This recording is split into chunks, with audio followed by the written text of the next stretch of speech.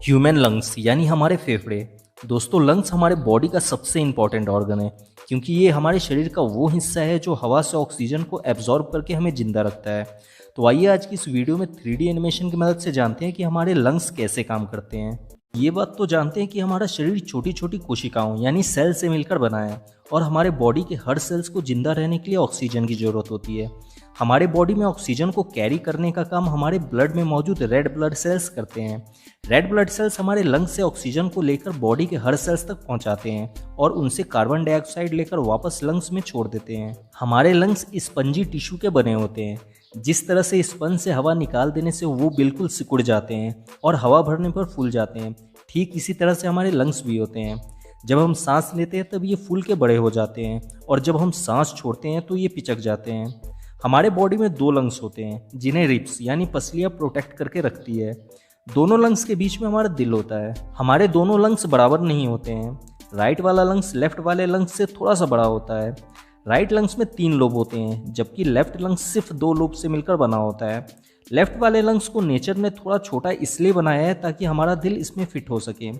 हमारे दोनों लंग्स के नीचे एक मसल्स होता है जो कर्व शेप में होता है, इसे डायफ्राम कहते हैं।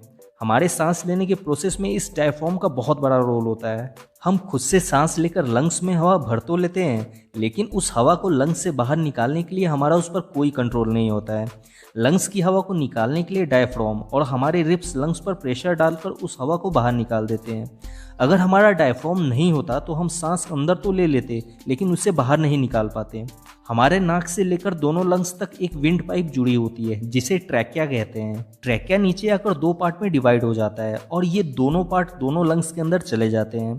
लंग्स के अंदर ट्रैकिया पेड़ की शाखाओं की तरह बहुत सारे हिस्सों में बढ़ जाता है जिन्हें ब्रोंकाइल कहते हैं। इन ब्रोंकाइल्स के लास्ट में गोल शेप के बहुत सारे एयर बैग होते हैं जिन्हें अल्वेओली कहते हैं। यही अल्वेओली हवा से ऑक्सीजन को एब्जॉर्ब करने का काम करते हैं। अल्वेओली के ऊपर बहुत सारे ब्लड कैपिलरीज होते हैं। तो फाइनली चलिए अब देखते हैं कि हमारे लंग्स कैसे काम करते हैं। हमारे एटमॉस्फेयर में जो हवा है यानी जिस हवा में हम सांस लेते हैं उसमें 98% नाइट्रोजन, 21% ऑक्सीजन और बाकी के 1% में कार्बन डाइऑक्साइड के साथ साथ अदर गैसें मौजूद है। जब हम सांस लेते हैं तब हवा ट्रैकिया और ब्रोंकाइल से होते हुए लास्ट में अल्वेओली तक पहुंचती है। यहाँ अल्वेओली हवा में मौजूद ऑक्सीजन के एटम को एब्जॉर्ब कर लेता है और अपने ऊपर लगे ब्लड कैपिलरीज में भेज देता है। अब हमारे ब्लड में मौजूद रेड ब्लड सेल्स इन ऑक्सीजन को एब्जॉर्ब कर लेते हैं। यहाँ से ये ऑक्सीनेटेड ब्लड हमारे दिल में चले जाते हैं, जहाँ हमारा दिल इस ऑक्सीनेटेड ब्लड को हमारे पूरे बॉडी में डिस्ट्रीब्यूट कर देता है और पूरे बॉडी से लाए हुए डीऑक्सीनेटेड ब्लड यानी जिस ब्लड में कार्बन डाइऑक्साइड होता है उसे वापस लंग्स में भेज देता है, जहाँ ये डीऑक्सीनेटेड रेड ब्लड सेल्स अपने द्वारा लाए गए कार्बन डाइऑक्साइड को अल्वेओली में छोड़ देते हैं। अब ये कार्बन डाइऑक्साइड हमारे लंग्स से होते हुए शरीर से बाहर निकल जाते हैं। अब अगर आप ये जानना चाहते हैं कि हमारा दिल कैसे काम करता है तो आप हमारे इस वीडियो को देख सकते हैं। इस वीडियो का लिंक नीचे डिस्क्रिप्शन में दे दिया है। आई थिंक अब आप ये अच्छी तरह से समझ चुके होंगे कि हमारे लंग्स कैसे काम करते हैं। अगर आपको अभी भी इसमें कुछ समझ में नहीं लगा हो तो इसे लाइक कर दें और इस वीडियो से रिलेटेड आपका कोई भी सवाल है तो आप मुझसे कमेंट में पूछ सकते हैं। और ऐसे ही साइंस के 3D वीडियोस के लिए आप हमारे चैनल को सब्सक्राइब कर सकते हैं।